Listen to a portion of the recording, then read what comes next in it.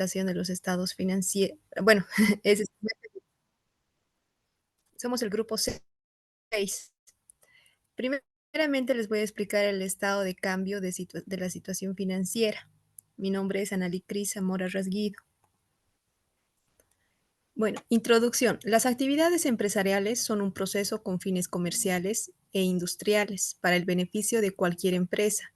Además, dan lugar a una entrada neta de efectivo, ingresos mayores que los pagos o una salida neta de los mismos, que son los pagos mayores que ingresos, durante un determinado periodo.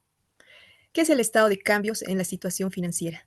También denominado estado de flujo de efectivo, siendo es el que nos muestra el movimiento del capital neto de una empresa en un periodo determinado, como también nos ayuda a entender cómo y por qué una empresa ha adquirido sus recursos y para qué se ha utilizado la inversión, lo que suele denominarse estado de fuentes y uso de efectivo. El estado de cambio en la situación financiera, por otro lado, lo que es el estado de cambios es la situación financiera, también ayuda a los usuarios a evaluar por medio de un análisis financiero la solidez financiera de una entidad en términos de riesgo de liquidez, créditos, comercio. Del mismo modo, también nos presenta el patrimonio neto de una entidad, sin importar cuánto tiempo este entendimiento dentro del mercado, tenga dentro del mercado, ¿no?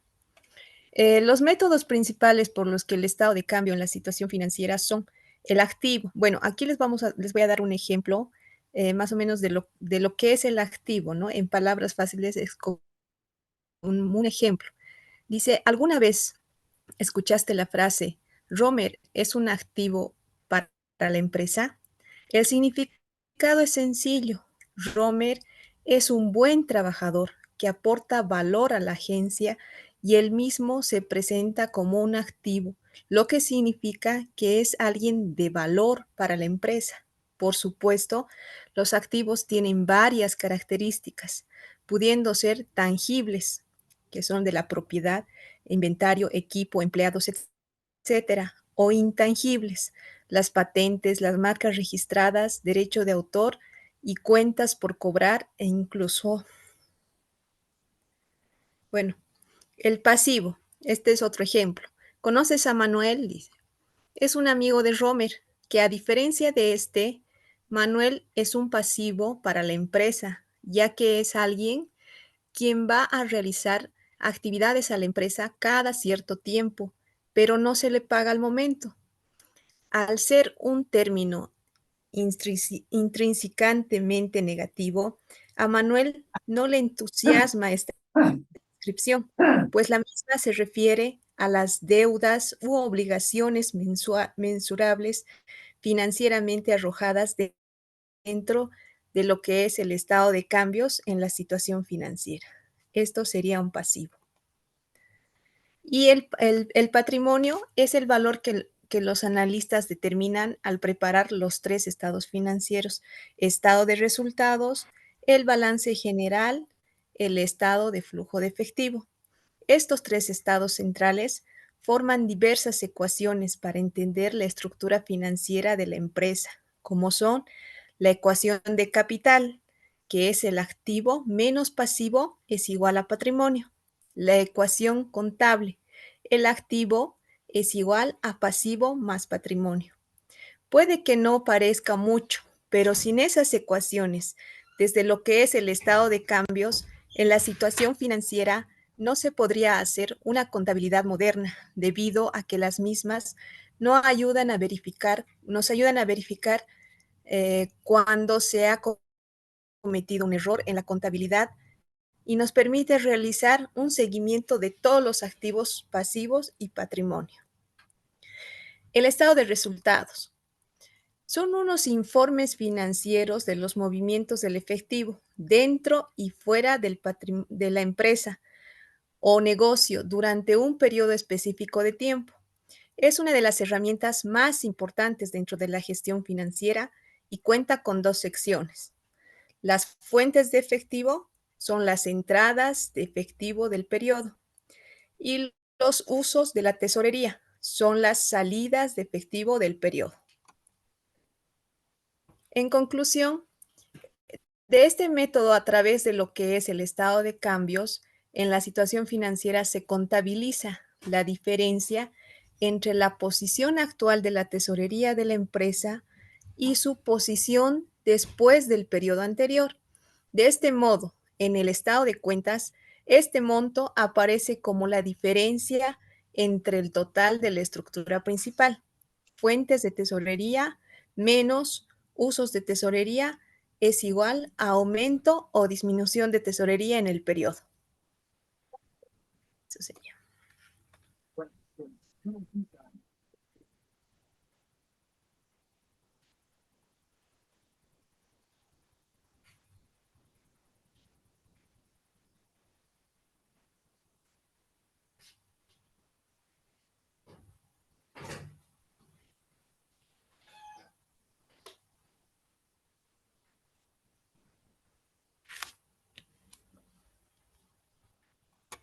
El estado de evolución, el estado de evolución en el patrimonio neto.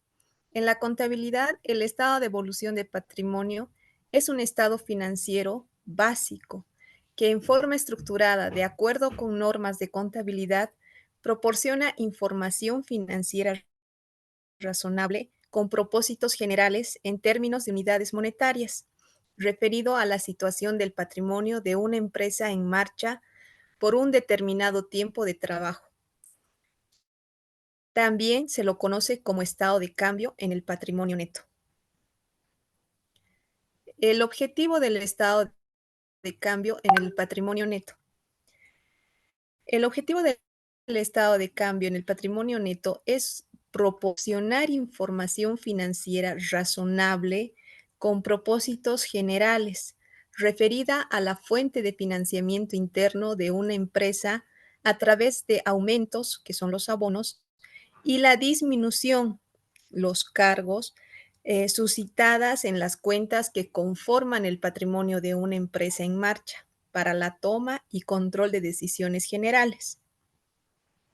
Las características. Es un estado dinámico porque los cambios suscitados periódicamente pueden ser totalmente antagónicos, es decir, durante un periodo de tiempo puede generarse utilidad y en otro pérdida. No es estado acumulativo porque expone información financiera referido al patrimonio de una empresa, solo y únicamente por un determinado tiempo de trabajo, es decir, no incluye información financiera del patrimonio inherente a ejercicios, o sea, los años anteriores.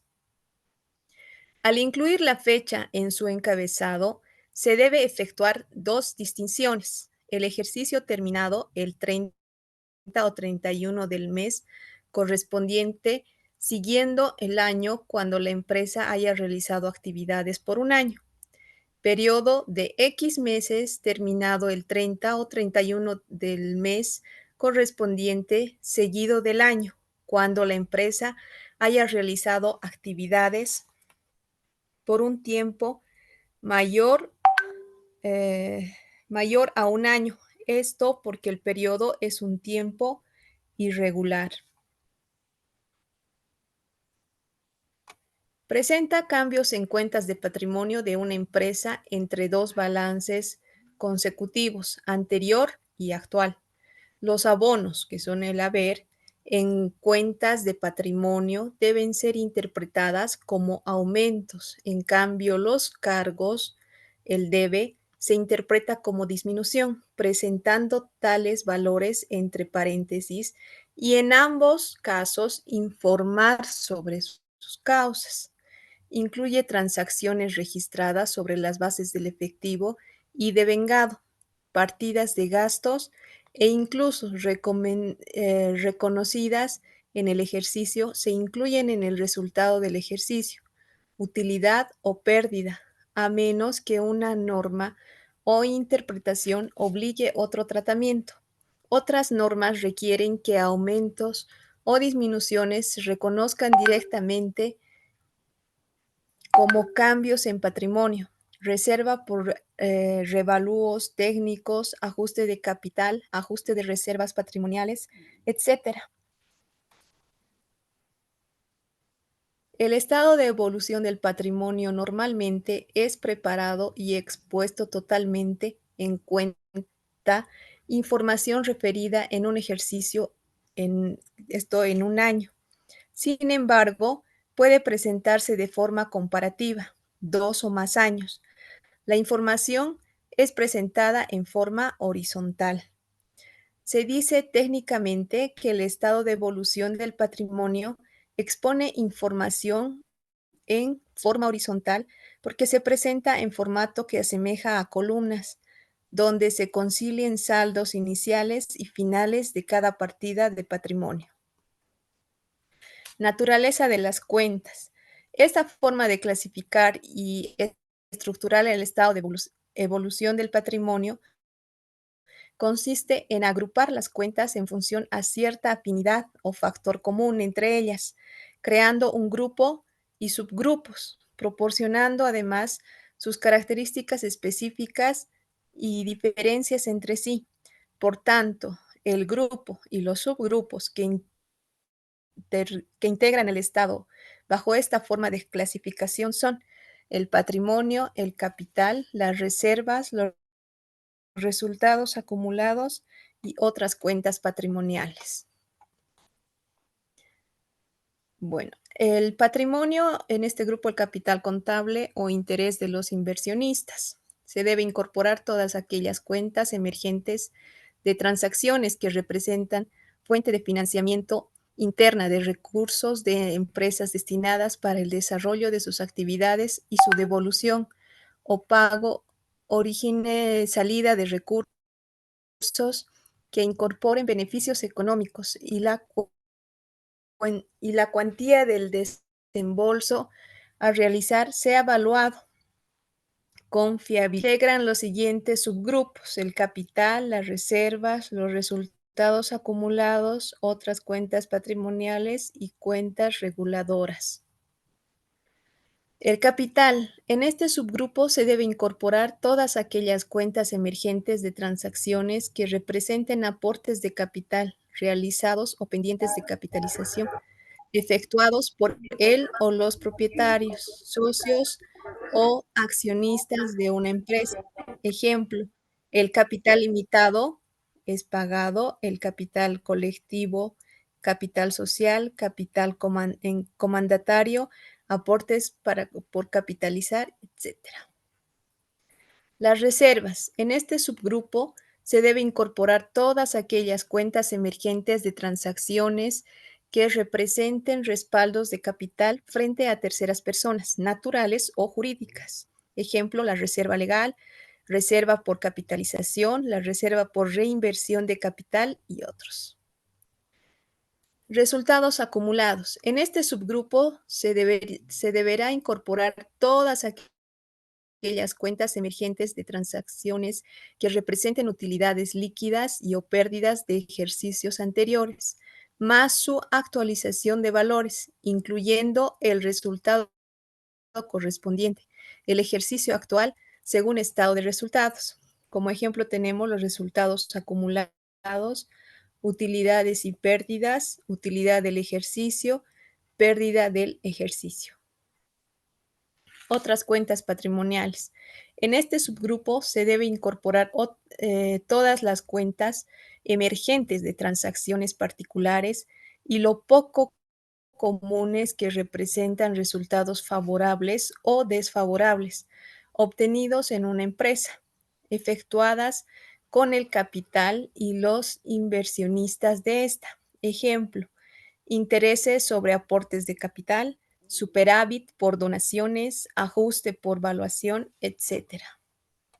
Eso sería todo, licenciada. Gracias.